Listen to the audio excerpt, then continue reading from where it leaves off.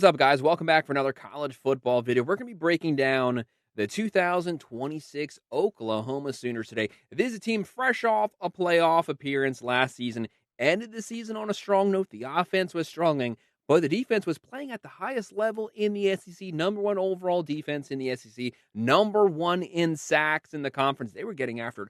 Front seven, creating havoc in the backfield. That's what Brent Venables does best. But can they get that offense on track? The defense is going to be good. We all know that. But where's their offense going to be this season? John Mateer comes back and he get back to that early season form. If he does, they could have a Heisman hopeful on their hands. They could have another playoff berth on hand. We're going to look at the team, coaching, the roster, and we'll be breaking down their schedule, which games they're going to win, lose, what their final record might be. Leave your thoughts in the comments. Where do you think Oklahoma finishes this season? What's their final record? Drop it in the comment section. I will respond to every comment. If you want to sign up for one of our member teams, check out the pinned comment down below. So obviously Venables is back. The specialty is the defense. He takes a leading note there. You have Todd Bates assisting him. Ben Arbuckle back for second year as the offense coordinator. Like we already touched on, John Mateer is back. Very accomplished quarterback coming over from Washington State. This is a guy, he can throw for, 3,000 to 3,500 yards. He can throw for 30 touchdowns. He can run for 800 to 1,000 yards. Started out the season probably the leading Heisman candidate through maybe week 4 to 5, broke his hand. He was never the same. Making bad decisions, fumbling the ball, way too many turnovers, turning the ball over. Maybe it was the injury. Maybe it was the grueling SEC schedule. They did have one of the worst in the country, but they still made the playoffs. They still finished 10-2, some massive wins, couple losses along the way, but overall, this was an old school, like 1980s type football team, trying to run the ball, trying to dominate the trenches, trying to win close, very low scoring one possession games like a 10-14, 13-17 game, kind of iOS scores, but they found a way to win. If they can get John Mateer playing at a higher level, going to take a lot of pressure off that defense. Defense was completely dictating the pace of the game, creating turnovers, giving the offense a sure field, and yet they were still struggling to score the ball, struggling to consistently, reliably run the ball. They could not line it up. They could not close games out in the fourth quarter on the ground. It was bound to doom them. It doomed them in the playoffs, but it's a new season. John Mateer now, 100%, but I want to see how that grain game looks. Robinson, Blaylock, all eyes on you. You got to show me some more. The wide receiver core overall as a whole also has to step up. Thomas, Caroon, Carter, Jordan. There's a lot of weapons there. Isaiah's back as well. He's that senior guy. He's that leader in that wide receiver room. But ultimately, it's going to come down to the ground game.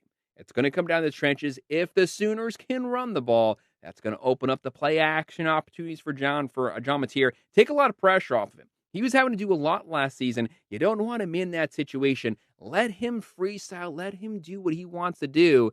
But you got to start by being able to run the ball. You know the defense is going to be elite. Like I already said, number one overall defense in the SEC, number one in sacks in the SEC, creating pressures on the quarterback. That's going to give them the short field. They just got to run the ball, and everything else should be riding smooth. One of the toughest schedules last season. Pretty tough schedule this season as well. This is an SEC schedule. There's no givens. Even the crappy teams, you got to take them serious because they're always still dark horse candidates. But let's jump right into it. They kick off the 2026 season, week 1, September 5th, versus the UTEP Miners. This should be an easy game to win. Take the cupcakes. You don't have very many cupcakes very often with these schedules that the Sooners have been getting. This is one of those ones. I want to see where the offense falls. You want to be firing on all cylinders offensively once you start SEC play. Get it started week 1. They win this one, start out the year 1-0.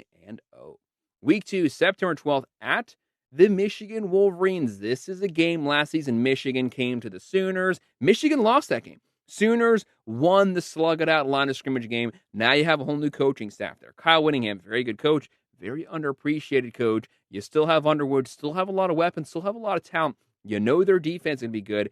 And now you're going to the big house, going to Michigan. It's going to be a game both these teams want to win the line of scrimmage.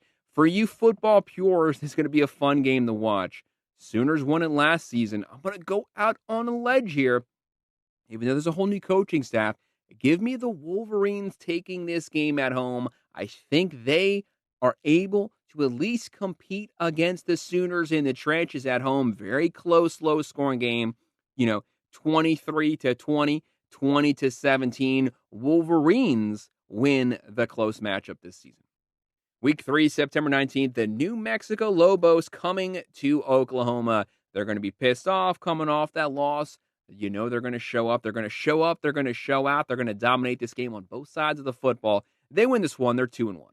And then after that, the schedule just continues to be daunting. Even their out-of-conference games are tough. Taking Michigan out of conference, got to give Sooners some props. They're not afraid to play anyone, anytime, any place. Week 4, September 26th, at the Georgia Bulldogs, going to Athens, Georgia. Pretty long plane ride. It is what it is. Georgia, a lot of veterans on this team. Now Stockton, now the veteran quarterback, deep running back room, good wide receiver core, extremely good defense. One of the best rosters in the country. Top 5, top 3. Some might say the number 1 overall roster. They have top 3 recruiting classes every single season. They just stockpile high 4s, 5-star talent. Give me the Bulldogs winning this one. They beat Oklahoma. After that, you have a bye week. You definitely need the bye week. It's been a tough schedule so far. But honestly, looking at the schedule, it's not going to get any easier. After that bye week in Texas, October 10th, the Texas Longhorns again, top 5 overall roster. Arch Manning, veteran quarterback, started out last year really slow, but there's no doubt, even for Arch Manning haters, they have to admit, as the season progressed along, he did get better week to week, looked a little more confident, a little more calm in the packet, pushing the ball down the field, really deep wide receiver room, elite wide receiver core, so much speed on this team. The passing game was working wonders. They had a top 10 overall defense. They have so much talent. They're going to have a good offense this season. They're going to have a great defense again. And Arch Manning now, with the confidence at the quarterback position, this game, it's still a home game. These two teams, they don't hate one another. They loathe one another. This is one of the biggest rivalries in the game. Take the record, throw it out the window. Anyone can win this game. This is a 50-50 game no matter what. But I have the Longhorns winning this one. Now, for you Sooners fans, you're going to be pissed off right now. This is 2-3.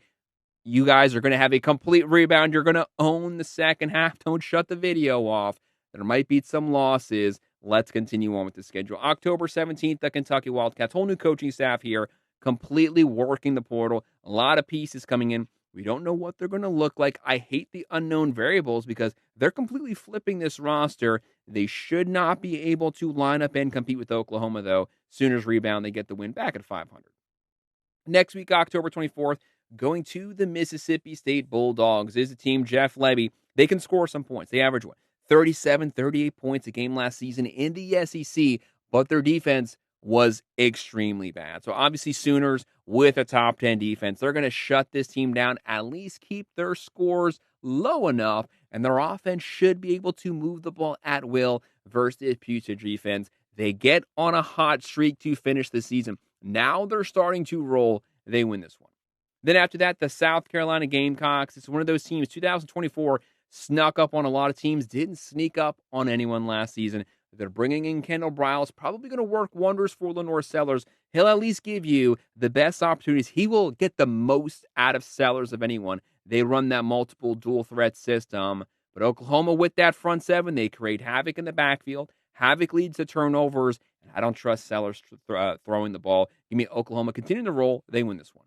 Then after that, going to the Florida Gators, November 7th. Again, new team, new coach. Summerall takes over, Philo transfers over, bringing the offense coordinator with him. A lot of talent on this team, but we just haven't seen them together yet. They're probably starting to gel at this point, second half of the season, but the Sooners have a whole lot more veterans, and they have a whole lot more veterans in the same scheme and system that works wonders. They win this one in Gainesville. Now they're on, a 4-game winning streak, starting to catch fire. After that, November 14th, the Ole Miss Rebels. This is a Lane Kiffin-less team. This is a Charlie Weiss Jr. team. But Chambliss is back. Chambliss is back for like his 10th year of college football. One of the most electrifying quarterbacks in the country. It's kind of interesting. What's he going to look like now without Charlie Weiss calling plays? I think he'll be just fine. But what about the rest of the team? Defense will be better than it was last season. Golden calling plays there. But I trust the Sooners here. I trust their line of scrimmage. I trust their front seven. And Ole Miss, they performed really good without Kiffin, but they still had Charlie Weiss Jr. there. familiarity at the offense coordinator position. Now that's completely gone. Now the coaching staff is truly Golding's team. He's having to work the portal here, not using all the pieces that Lane Kiffin left him. Give me the Sooners winning this one. 5-game winning streak. Then after that, the second to last week, November 21st, the A&M Aggies. Texas A&M here, really tough game. Old Big 12 rivals that are coming to Oklahoma. Marcel Reed, Mike Yuckel, discipline, line of scrimmage football coach. Wants to line up and run it down your throat, control the line of scrimmage, trench warfare. That's what Brent Venables wants. That's what he specializes in. He wants you to dare. He dares you to run it at him. I'm going to take Oklahoma's line of scrimmage. They're hot. They have the momentum. They win this one. That's 1, 2, 3, 4, 5, 6 straight wins with this gauntlet of a schedule. Even if they get the 9 wins, there's still an outside chance to make the playoffs. They'll need some help from other teams, but it's not, it's not out of the realm. They finish the season November 28th at the Missouri Tigers. Obviously, with this coaching staff, they get the most out of their players. 3 stars, 4 stars players are. Drinkwitz knows how to coach college football. They're going to have a very good disciplined defense. They're going to have a very good offense. They lost some players to the portal, but they punch well above their weight class. The Sooners with the momentum, guys. I'm going to pick them. They close it out 7 straight regular season wins. They beat the Tigers. They finished the regular season 9-12 with this schedule. There's the possibility they still make the playoffs. Maybe they don't. Maybe they do, but at least it's some growing pains. Yes, it's not the 10-win season they had last year, but a lot of people weren't buying the 10 wins because the offense was so bad. I think the offense is better this season. Maybe they get the benefit of the doubt. Guys, make sure to hit that like button, subscribe to the channel, drop a comment below.